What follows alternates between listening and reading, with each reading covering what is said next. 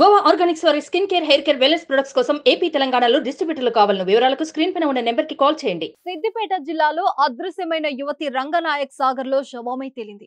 ఆ యువతి హత్య లేక ఆత్మహత్య?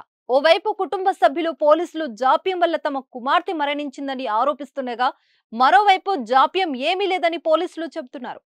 అసలేం జరిగింది? ఆ యువతి మృతికి గల కారణం ఏంటి? ప్రస్తుతం సిద్దిపేట జిల్లాలో ఓ యువతి మృతి మిస్టరీగా మారింది.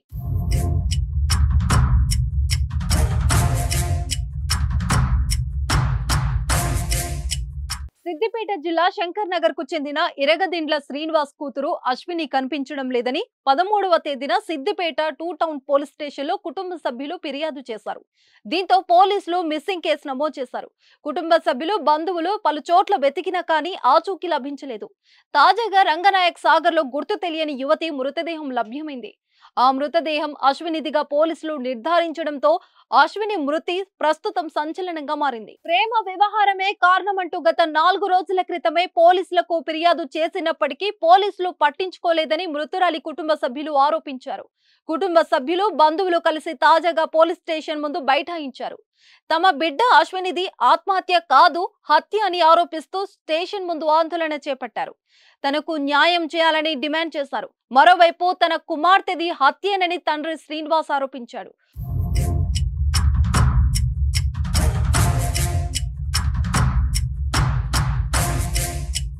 ఓ యువకుడు తన కుమార్తెను ప్రేమ పేరుతో చిత్రహింసలు పెట్టాడని ఆరోపించారు. తనను పెళ్లి చేసుకోకుంటే చంపేస్తానని బెదిరించి హత్య చేసినట్లు తెలిపారు. ఓ యువకుడిపై అనుమానం ఉందనే విషయాన్ని పోలీసులకు కూడా చెప్పినట్లు శ్రీనివాస్ వెల్లడించారు.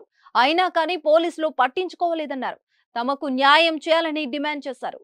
ఈ సందర్భంగా సిఐ మాట్లాడుతూ తన కుమార్తె అశ్విని కనిపించడం లేదని తల్లి రాజేశ్వరి ఫిర్యాదు చేసినట్లు వెల్లడించారు. విచారణ చేస్తున్న క్రమంలో రంగనాయక్ సాగర్ లో ఓ మహిళ మృతదేహం ఉందని వచ్చిన సమాచారం మేరకు దర్యాప్తు చేపట్టగా లభ్యమైన మృతదేహం అశ్వినిదిగా గుర్తించామన్నారు. మృతురాలి తల్లిదండ్రులు ఓ యువకుడిపై అనుమానం వ్యక్తం చేసినట్లు వెల్లడించారు. తమ కుమార్తె మృతికి ఆ యువకుడే కారణమై ఉండొచ్చని చెప్పినట్లు తెలిపారు. అన్ని కోణాల్లో దర్యాప్తు చేపట్టినట్లు సిఐ వెల్లడించారు.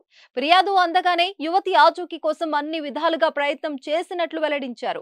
ఫిర్యాదు వచ్చిన సమయంలో పోలీస్ స్టేషన్ లో డ్యూటీలో ఉన్నవారే విచారణ చేపట్టినట్లు వెల్లడించారు. ఇందులో పోలీసులు జాప్యం ఏమీ లేదని సిఐ వెల్లడించారు.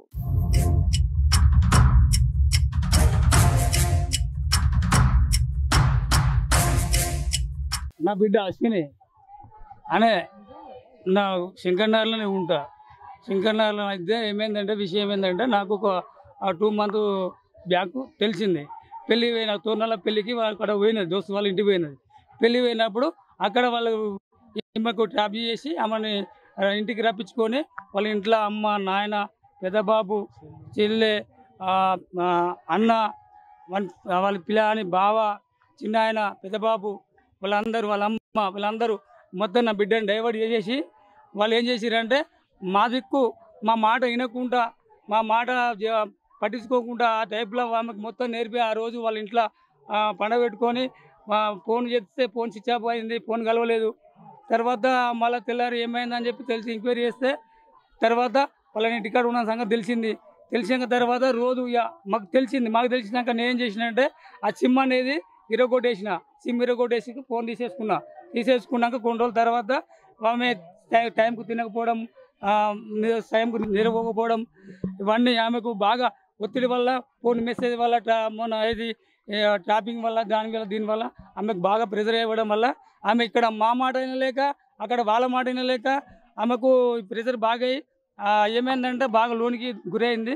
ఇప్పుడు ఈ సూసైడ్ కారణం ఏంటంటే, వాళ్ళు చేసిన ఒత్తిడి వల్లనే, ఆడు ఫోన్ చేసి టార్చర్ చేసిన వల్లనే మాకు వాడి ఆ రికార్డు కూడా వచ్చినాయి. మేము కూడా రికార్డు చేసుకున్న బాపతి ఉన్నాయి మా దగ్గర.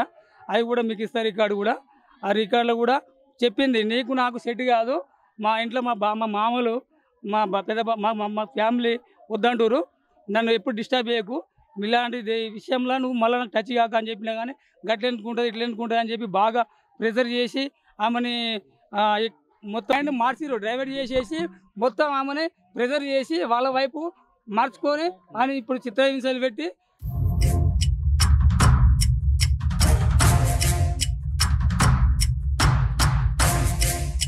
తేదీ 13/5/2024 సాయంత్రం సుమారు 5 గంటలకు ఇరదిండ్ల రాజేశ్వరి అనే మహిళ తన కూతురైనటువంటి అశ్విని తప్పిపోయింది, ఆచూకీ లభించట్లేదని చెప్పేసి ఇచ్చిన ఫిర్యాదు మేరకు ఉమెన్ మిస్సింగ్ కింద కేసు నమోదు చేసి అదే రోజు కేసు నమోదు చేసి దర్యాప్తు ప్రారంభించనున్నది. దానికి సంబంధించి దర్యాప్తు కొనసాగుతున్నది.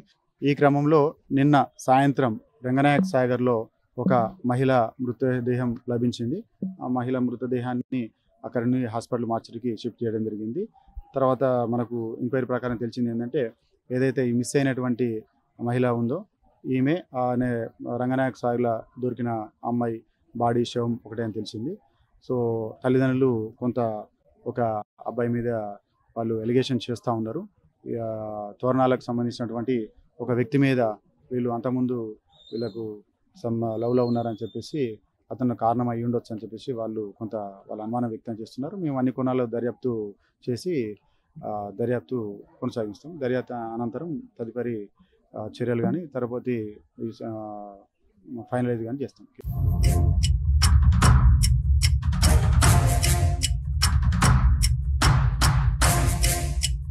సుమన్ టీవీలో మీ పర్సనల్ అండ్ బిజినెస్ ప్రమోషన్స్ కోసం కింది నెంబర్కి కాంటాక్ట్ చేయండి.